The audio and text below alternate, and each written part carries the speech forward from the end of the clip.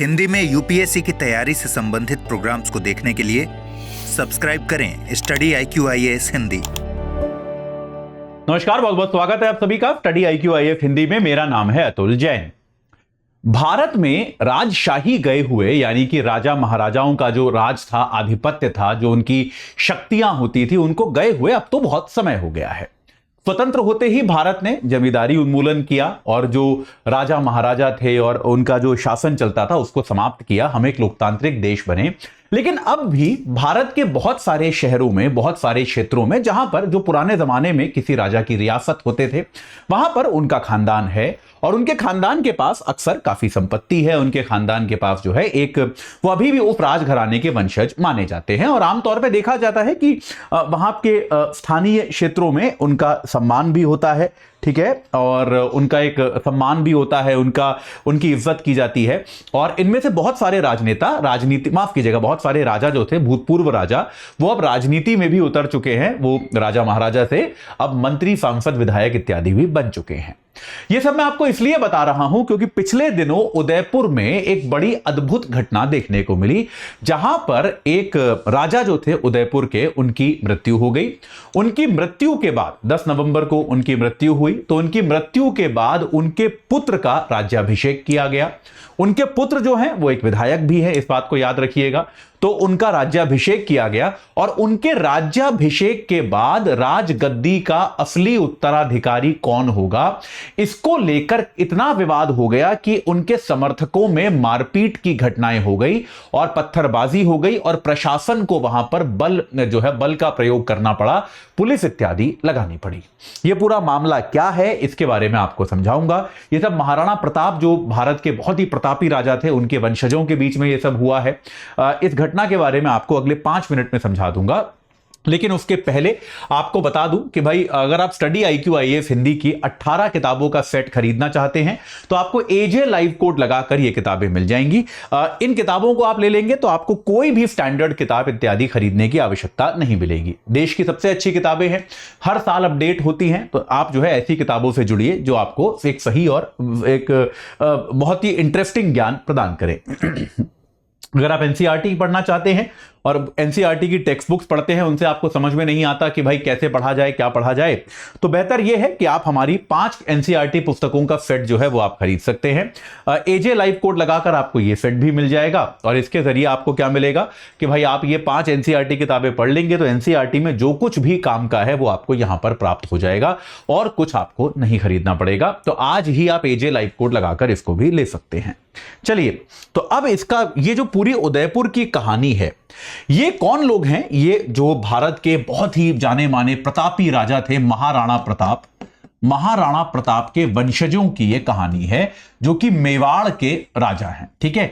तो ये कहानी शुरू होती है मेवाड़ के जो एक राजा थे जिनका नाम था महाराणा भगवंत सिंह मेवाड़ से, ठीक है। तो मेवाड़ के राजा कौन थे? महाराजा भगवंत सिंह मेवाड़ से ये कहानी शुरू होती है। तो ये भगवंत सिंह मेवाड़ जो थे, इनके 2 पुत्र थे, ठीक है साहब, इनके 2 पुत्र थे। एक पुत्र जो इनके बड़े पुत्र थे, उनका नाम था महेंद्र सिंह मेवाड़। मेवाड़ सबके आगे नहीं लगाते, बस महेंद्र सिंह लिख देते हैं। और जो छोटे पुत्र थे, छोटे पुत्र का नाम था अरविंद सिंह, ठीक है साहब। तो कायदे में जो मेवाड़ की परंपरा थी, मेवाड़ की परंपरा के हिसाब से भगवंत सिंह की मृत्यु के बाद उनके पुत्र महेंद्र सिंह को ही राजा बनना चाहिए था। यह मेवाड़ की परंपरा थी। लेकिन पिता की मृत्यु के 1 वर्ष पहले महेंद्र सिंह और भगवंत सिंह मेवाड़ के बीच में संबंध खराब हो गए। महेंद्र सिंह ने भगवंत सिंह पर कुछ आरोप लगाए थे कि वो जो राजसी खजाना है उसको खर्च करते जा रहे हैं और उनका चरित्र ठीक नहीं है, इस तरह के उन्होंने आरोप लगाए। तो भगवंत सिंह मेवाड़ ने यह आदेश दिया कि इनको संपत्ति से बेदखल कर दिया जाए और अरविंद सिंह को नया राजा बनाया जाए। यह घोषणा करने के कुछ समय बाद ही भगवंत सिंह मेवाड़ का 1984 में निधन हो गया। अब 1984 में उनके निधन के बाद मेवाड़ के जो ये राजघराना है उसके सामने समस्या आई कि राजा किसको बनाया जाए। दोनों भाइयों ने राजगद्दी पर दावा किया। अरविंद सिंह का यह कहना था कि भाई क्योंकि पिता की इच्छा यह थी कि मुझे राजा बनाया जाए तो मैं राजा हूं, और वहीं महेंद्र सिंह का यह कहना था कि भाई जो परंपरा है खानदान की उसके हिसाब से मैं बड़ा पुत्र हूं तो राजा मुझे बनना चाहिए। तो आखिरकार जो राज्याभिषेक किया गया वो महेंद्र सिंह का किया गया, महेंद्र सिंह को राजा बनाया गया। अरविंद सिंह को क्या किया गया, एक ट्रस्ट यहां पर बनाया गया, एक लिंगजी ट्रस्ट, यानी कि संपत्ति इत्यादि की देखभाल का अधिकार जो है वो एक लिंगजी ट्रस्ट बनाकर अरविंद सिंह को दे दिया गया।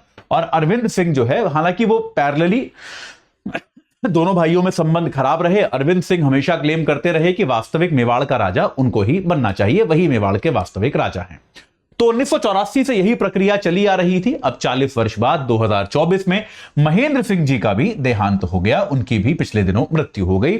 और अब उनकी मृत्यु के बाद उनके पुत्र जो हैं विश्वराज सिंह, उनके पुत्र जो हैं विश्वराज सिंह, उनका राज्याभिषेक करने की घोषणा की गई। और पिछले दिनों आपने हो सकता है समाचार पत्रों में फोटो देखे हो, वीडियो देखे हो, एक राजसी परंपरा के साथ उनको रक्त का तिलक लगाकर और खूब जोश खरोश के साथ विश्वराज सिंह जी का भी अब राज्याभिषेक किया गया। याद रखिए विश्वराज सिंह जी जो है वो भारतीय जनता पार्टी के वर्तमान एमएलए हैं, ये विधायक हैं, भारतीय जनता पार्टी के टिकट पर एमएलए चुने गए हैं।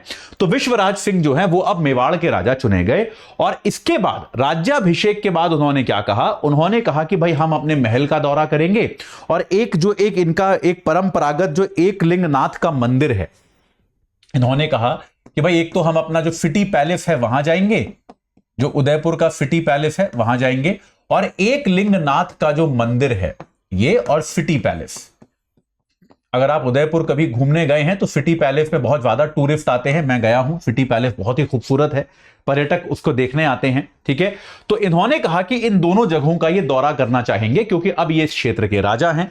जब ये इस क्षेत्र का दौरा करने गए उस समय पर क्या हुआ, अरविंद सिंह ने, जो कि इस संपत्ति के ट्रस्टी हैं, अरविंद सिंह क्योंकि उस ट्रस्ट के अध्यक्ष हैं, इन्होंने एक आदेश जारी कर किसी भी अनाधिकृत व्यक्ति के प्रवेश पर प्रतिबंध लगा दिया। अरविंद सिंह ने क्या किया, एक आदेश जारी किया और कहा कि कोई भी व्यक्ति जो इस संपत्ति का मालिक नहीं है वो इस संपत्ति में नहीं घुस सकता, ऐसा एक प्रतिबंध अरविंद सिंह ने लगा दिया। तो जब ये सिटी पैलेस में घुसने लगे विश्वराज सिंह, तो उनको रोका गया। उनको रोके जाने पर उनके समर्थक नाराज हो गए, इस क्षेत्र में थोड़ी हिंसा की घटनाएं भी हुई। तो वहां पर जब हिंसा की घटनाएं बढ़ी, पत्थरबाजी की गई, नारेबाजी की गई, ऐसा लगा कि शहर की शांति व्यवस्था भंग हो सकती है, तो प्रशासन सक्रिय हुआ। प्रशासन ने अभी के लिए इस संपत्ति का जो प्रशासन है वो अपने हाथों में ले लिया है, खुद ले लिया है, और यहां पर शांति स्थापित करने की प्रक्रिया जो है वो शुरू कर दी है। तो इसमें देखिए होता क्या है कि हालांकि भारत में राजशाही जो है वो अब केवल सांकेतिक है, जैसे इन राजाओं के पास कोई वास्तविक शक्ति नहीं है। ऐसा नहीं है कि अरविंद सिंह राजा बनेंगे या फिर विश्वराज सिंह राजा बनेंगे तो उनको प्रशासन में कुछ कहने का अधिकार होगा या उनके पास कोई विशेष शक्तियां होंगी, ऐसा नहीं है। लेकिन तब भी ये आमतौर पर ये जो मामला होता है ये एक सम्मान का मामला होता है कि भाई आपके परिवार में से कौन राजा है, उसका राजा को एक अलग प्रकार का सम्मान मिलता है। और दूसरा इस मामले में एक बड़ा फैक्टर जो होता है वो संपत्ति पर अधिकार होता है कि इन राजघरानों के पास अभी भी बेहद ज्यादा संपत्ति है, और जो भी व्यक्ति इन राजघरानों में से राजा बनता है संपत्ति पर उसका अधिकार जो है वो ज्यादा हो जाता है। तो इस प्रकार के कई तरह के विवाद जो है भारत में पिछले दिनों देखे गए हैं, और आने वाले समय में कभी ना कभी इस तरह का एक काम सरकार को करना पड़ेगा कि इस संपत्ति के स्थानांतरण को लेकर एक नियम बनाना पड़ेगा। लेकिन वो समय कब आएगा ये हमको अभी पता नहीं है, लेकिन तब तक के लिए ये एक विवाद है जिससे उदयपुर शहर के लोगों को गुजरना पड़ा। और देखिए अब ऐसे विवादों से हालांकि राजघराने का सम्मान कम होता है, लेकिन तब भी विवाद तो विवाद है। अब ये जब सुलझेगा तब मैं इसके बारे में आपको और बताऊंगा। पर अभी के लिए इतना ही। जाते जाते आपको एक बार फिर से बता दूं कि अगर आप एनसीईआरटी की तैयारी करना चाहते हैं तो हमारी 5 किताबों का सेट जो है वो आप ले सकते हैं। एजे लाइव कोड लगा के history, geography, polity, economics for science and technology, पूरी एनसीईआरटी आपकी इससे कवर हो जाएगी। आपको और कुछ करने की आवश्यकता ही नहीं है, किताब पढ़ने की भी, एनसीईआरटी की किताब पढ़ने की भी जरूरत नहीं है। और अगर आप इस बात को लेकर भ्रमित हैं कि भाई यूपीएससी की तैयारी के लिए कौन सी किताबें खरीदें, तो आप एजे लाइव कोड लगाकर हमारी 18 किताबों का सेट खरीद सकते हैं। आपकी संपूर्ण तैयारी इनसे हो जाएगी। आपको कोई स्टैटिक या करंट अफेयर्स इत्यादि के लिए कोई भी आपको पुस्तक खरीदने की आवश्यकता नहीं बचेगी। स्टैंडर्ड बुक, सारी तैयारी आपकी इधर से ही हो जाएगी। तो आप इनमें से जो भी सेट लेना चाहें एजे लाइव कोड लगाकर उसको जरूर ले लीजिए। इस चर्चा से जुड़ने के लिए आप सभी का बहुत बहुत धन्यवाद। हिंदी में यूपीएससी की तैयारी से संबंधित प्रोग्राम्स को देखने के लिए सब्सक्राइब करें स्टडी IQ IAS हिंदी।